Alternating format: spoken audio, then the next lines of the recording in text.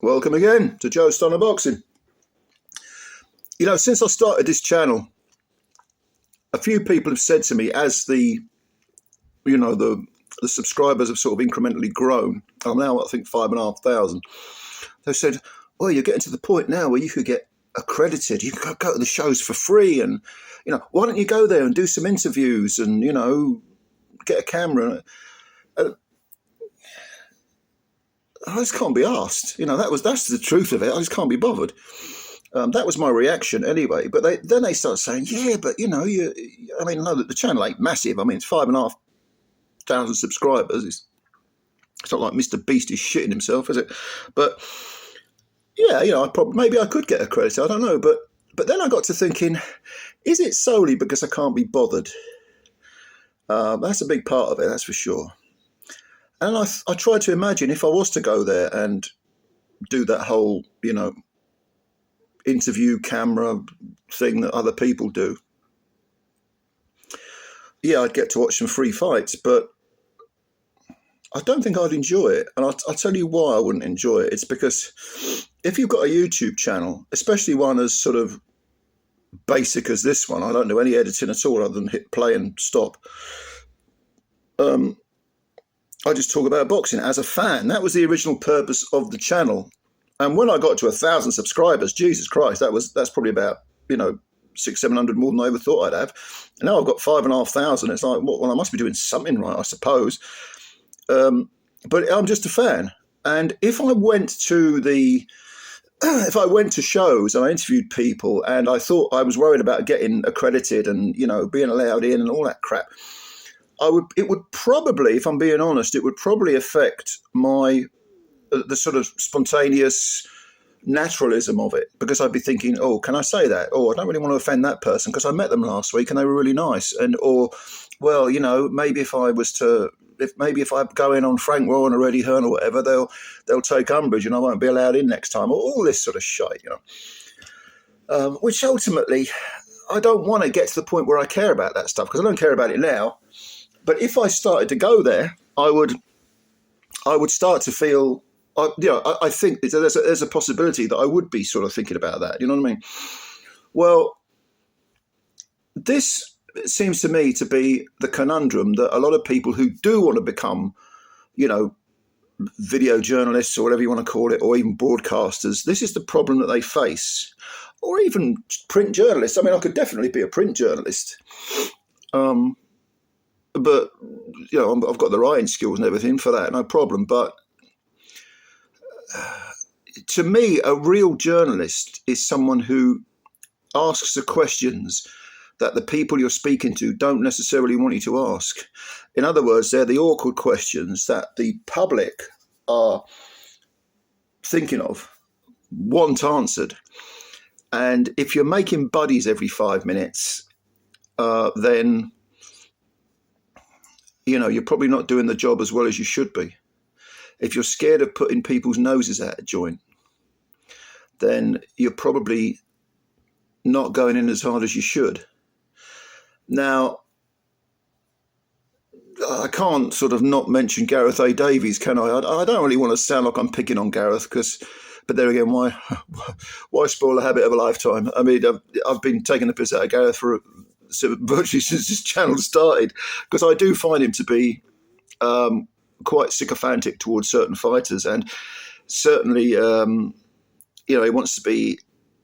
he clearly wants to be a big boxing journalist, and therefore he sort of kowtows to whoever holds the reins of power at that particular time.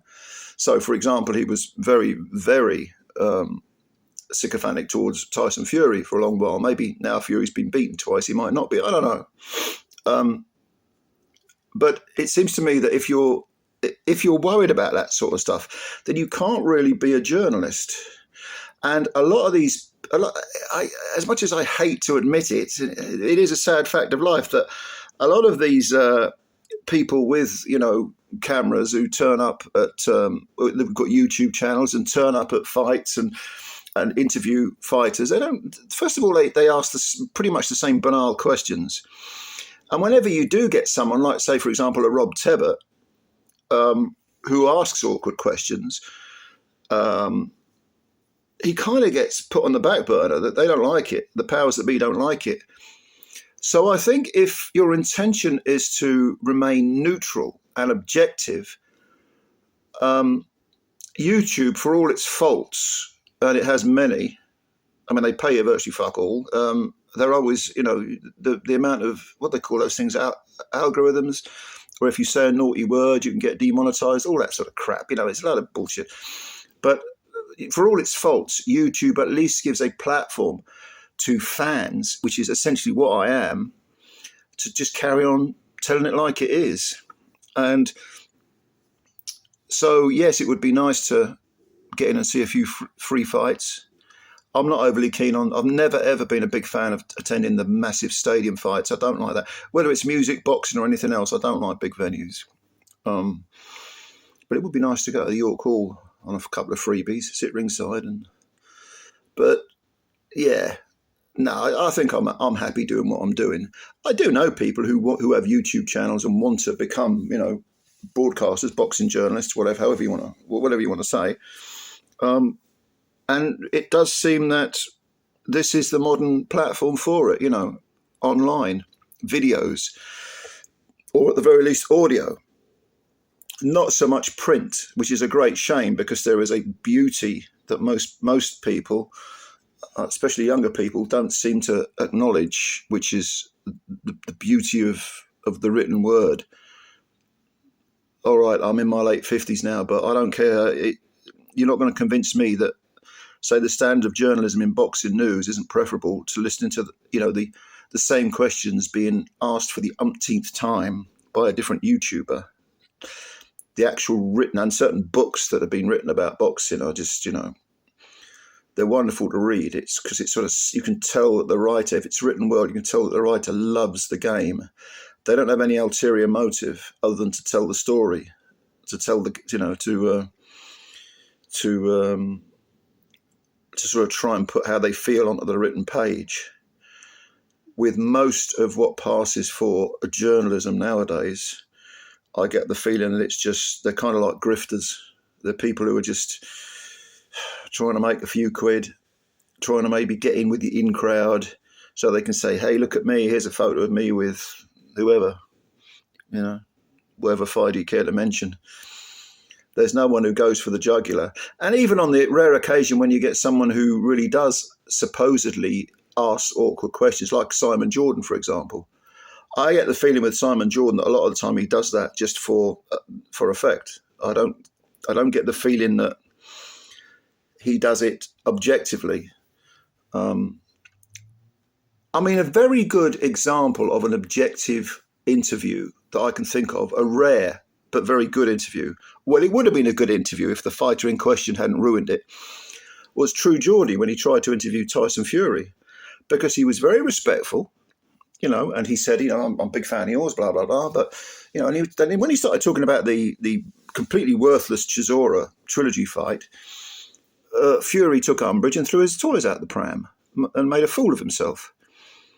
But I thought that was a shame, not just because, in one sense, it revealed how infantile Fury can be. But in another sense, it's a shame because that was developing into a nice interview, a good interview. Something that was going to maybe, he was trying to ask the awkward questions, but you can do it in a respectful manner.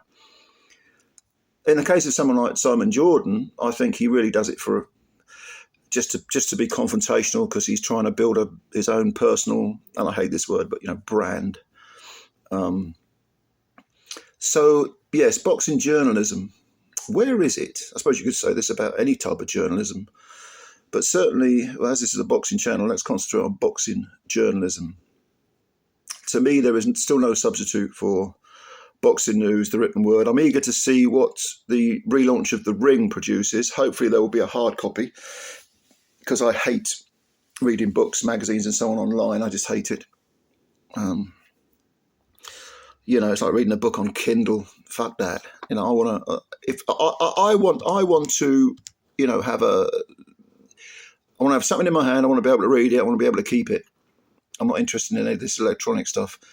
And I think that, to be honest with you, it's going to be. I'm curious to know whether the ring is going to mix in the traditional appeal that it had when I was a kid, so 35, 40 years ago, whatever it was, with some sort of modernity.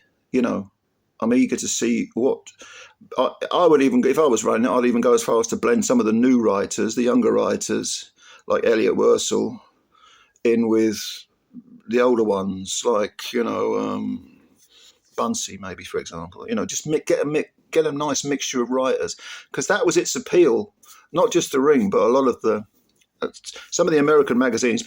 When people think of American boxing magazines, they think of the ring, but there was like KO, there was Boxing Illustrated, there was a couple of others. I can't remember the names of them now. They're all in boxes in my mum's garage. They've been sitting there for the last 45 years or something. Yeah, but anyway, just a few thoughts on boxing journalism. What do you think? Let me know if are you gonna buy the ring? Are you gonna pay attention to it? Do you read boxing books and magazines, or do you just go on YouTube and watch the interviews that way? And do you think how do you think you can get the balance right between being, a serious boxing commentator who has an objective view, who asks the awkward questions, and also one who is able to, still gain access to the people that matter, who is, in other words, may not be always liked, but is respected enough to be invited to shows, because they are. I think it's down to fairness. If you're fair, which I don't think someone like Simon Jordan, I keep mentioning Simon Jordan tonight, but he's a good example. I don't think he is always fair. But I think if you give everyone a chance to have a say, then, and you don't come across like a sort of boxing, Piers Morgan or some other cunt, then I think people will at least respect you. They might not always like you, but they'll respect you, and they'll give you their time, because they'll know that whatever you say is going to be presented in a fair way, and they won't mind the awkward questions. The one thing you can say about Eddie Hearn is, I don't think he ever banned anyone, did he? Or did he? Can you remember anyone that he's banned? And he was extremely, and still is, extremely accessible, which is, I think, to his credit. Again, for all his flaws, for all his faults, you've got to give him kudos for that, I think. But let me know what you think. Give me your comments below. And yeah, subscribe to the channel if you're new. Hit the like button. Do all that lovely, generous, good stuff, because I know you're a generous soul. Go on. You know the drill. Knock yourself out.